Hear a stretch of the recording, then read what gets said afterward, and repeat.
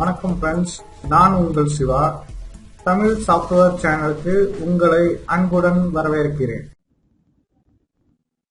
இப்போ வந்து visual studio கோடை யூஸ் பண்ணி ஜாவா ப்ரோக்ராம் எப்படி பண்ணுறது அப்படிங்கிறத பற்றி பார்க்குறோம்.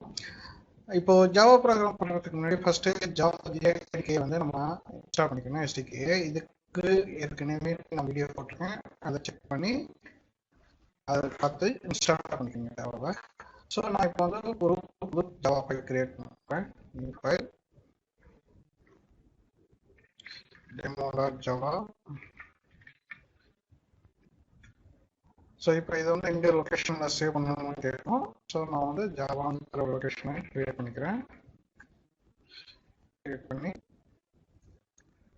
அதில் சேவ் பண்ணிக்கிறேன். demo.java.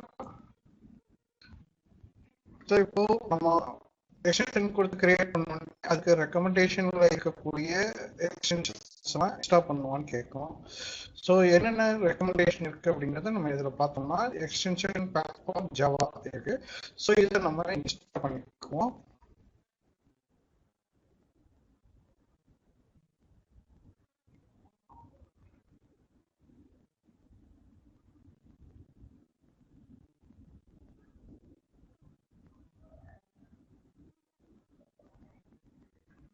ஸோ இப்போ இது இன்ஸ்டாலேஷன் போயிட்டு இருக்கிறோம். நம்ம அதுக்குள்ள ப்ரோக்ராம் எழுதுவோம். Class demo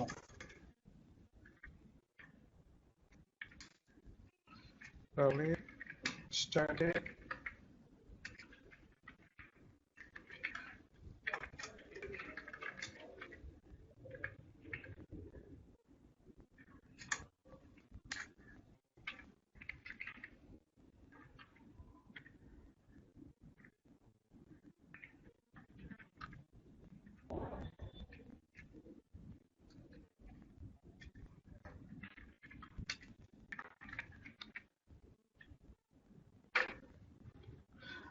okay.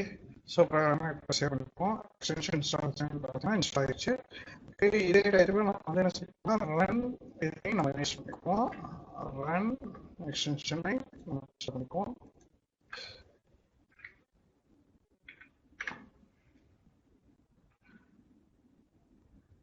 So code ரன்னரையும் நம்ம இன்ஸ்டால் பண்ணிக்குவோம். அதை இன்ஸ்டால் பண்ணிக்கிட்டோம்னா இதில் வந்து ரன் பண்ணுறதுக்கு நமக்கு ஈஸியாக இருக்கும். ஸோ கோட் ரன்னர் இன்ஸ்டால் ஆயிடுச்சு. ஸோ இப்போ நம்ம ப்ரோக்ராமில் போயிட்டு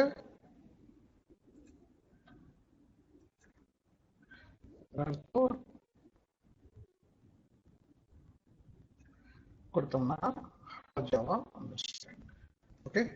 ஸோ இந்த மாதிரி நம்ம ஜாவா ப்ரோக்ராமை ரன் பண்ணிக்கலாம். ஓகே,